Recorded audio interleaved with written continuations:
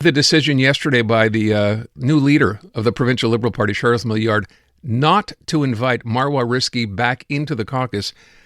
We talked about this with a couple of our analysts as well. And then I read this morning as well, Greg Kelley, who, of course, is a sitting MNA as well. Maybe some people wondered, based on this and based on the fact that his wife, he's married to Marwah Rizqy, they have a family, right?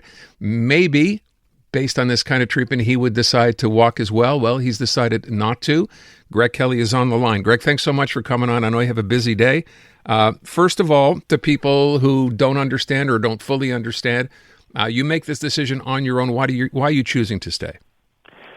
Well, one thing I heard, Aaron, over the last couple of weeks when I was in my riding over the holidays, people understood that my wife and I were going through a difficult time, but I heard from them loud and clear that, when things had settled down, they wanted me to return, make sure I returned and stayed at the table of the Liberal caucus, and to continue my work there and to, get the riding ready for the upcoming election where we know the PQ is polling strong. There's the specter of another referendum, potentially on the horizon. So they're concerned about that, and of course concerned too about getting work done in the healthcare file, the cost of living, the economy. You go down the list, and they said, we would appreciate you just keep doing that hard work.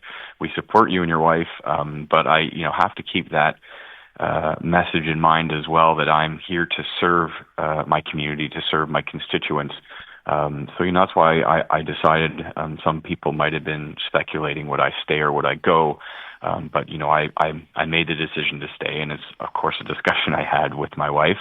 So that is why I made today. Obviously, I was at the National Assembly, and people would the journalists were going to have questions for me about how I felt about the fact that Charles Milliard had decided after a discussion with the caucus to keep my wife out, that maybe I would be leaving, but that's just not the case. So I'm happy to come on air and explain that, of course, to your listeners, why I made the decision that I did. Now, I appreciate that. If I can ask, I think a lot of people, maybe I shouldn't say a lot, I think some people were surprised yesterday by the decision by Charles Milliard. You said you and your wife have spoken about what you should do. Was that one of the things you tried to understand why he made that decision? Did you talk about that? Well, I will give credit to my leader, Charles Milliard. When I met him back in January, he said, Greg, I'm inheriting this situation. It's not a decision I made originally to keep Marwah out, and I'm going to go speak with members of the caucus. They're going to help, make the decision, and then I will assume that as the leader. So I appreciated the fact that he was very transparent about that, and he never changed his tune on that. And this week, when he came to the National Assembly, he said, "This is one of the first things I'm going to do is we're going to deal with this issue." And he always kept in mind that Greg, I understand this is really tough for you and your family.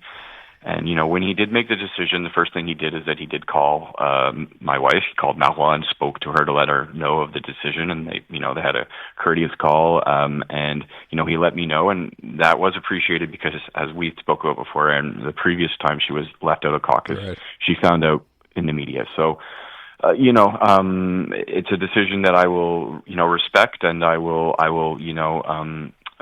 do my best to move on from here. But that Greg, was sort of the context today. Can I ask you, though, I understand what you said, Charles Milliard saying before he even made the decision, he would consider all the facts. Mm-hmm. Can I just ask, were you surprised by the decision that he made? I was hopeful she would come back, but I had at least heard through media speculation that there was maybe some people around the caucus table that weren't certain. Okay. Certainly, but again, I opened my door to any of my colleagues to come speak to me. Anyways, they made a decision, and Charles Milliard was pretty clear that it's sort of based on the, ongoing, lawsuit and other, investigations, et cetera. That's what he sort of pointed out. So I respect his decision on that front. Did Marwah, or does Marwah, feel the same way? I think she's still, digesting that. And like I said, they had a good, discussion yesterday. Okay. So Marwah said that it was a very courteous call. She gets well along with Charles. So at that point, I don't think there's any, at this point, we understand the decision they made, and I think Marwah is also just now starting to think about what's next in her life, since she's leaving politics anyways in October. So I don't want to dwell on this. I do want to ask you one other thing. I had David Hertel on the air yesterday. We were talking about this, and do you take issue with some of what he said with respect to Marwah? Look, I know David. He's someone I do like quite a bit. There's just one thing that kind of jumped out at me is when he sort of said, Marwah's not, in the polls, she wouldn't, raise the Liberal Party, or that not extremely well known, that she's a bit of a creation of the media. And I just sort of said to myself, Aaron, one thing, and I said this to journalists today, I'm super proud to have sat next to Marwah, not just because she's my wife, but as a colleague. From the get-go, she stood up for the education sector during the pandemic with, the ventilation in the schools. She went to a school in her riding and helped to be a teacher during those times. She fought for teachers, as we've heard lately in the education system. There's been a lack of teachers. She was up there fighting for parents, fighting for teachers, fighting for students on that front. The school boards, when they were abolished, she was our critic at the time, standing up for the English-speaking community. Same thing during the negotiations with the government when the teachers were on strike. She stood by their side, fighting for a better education system. I can also go, down the list when she was the energy critic, standing up for Quebec, saying we need to, use our energy to support the Quebec economy, not give it to companies like Northvolt. And more recently with the, Bill 2 with the doctors, she was very vocal, standing up for patients, standing up for doctors, and in particular, women doctor, that bill really impacted and had terrible consequences for. So I'm going through all that list to say that Marwah is extremely well known and well liked in this province because she has from day one stood up for Quebecers across this province, irregardless of what your political affiliation is. And I can just say that if she's often been in the media, she's often been perceived as someone who's a quote-unquote darling in the media, it's because she always has something pertinent to say, and she always is standing up for the little person, and acting out of justice in that sense.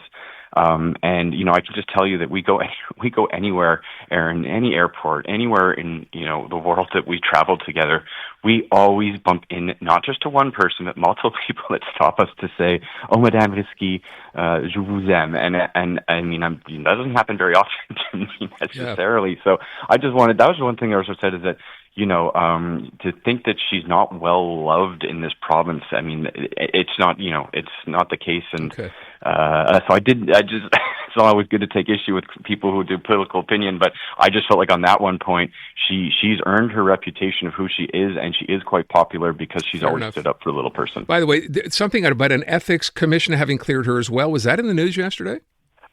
Yeah, and anyone can go find this on the Ethics Commissioner's website, but there was a verification that they conducted, and they said that there was nothing to investigate, so there will be no investigation, and case closed. All right. Greg, I always appreciate the time. As I said, I know you're busy. I do appreciate you calling, and please send Marwah my best, and I hope everything at the end all works out. Thanks so much. I appreciate it, Aaron. Take care and have a good rest of your day, and go Canada, go. Go Canada, go indeed. All right, there you go, Greg Kelley. Being about, I think, as honest and forthcoming as you possibly could expect. He's staying on. His wife, Anne Charles Milliard, Marwah Rizqy, did have a conversation. Seems like it's okay for now.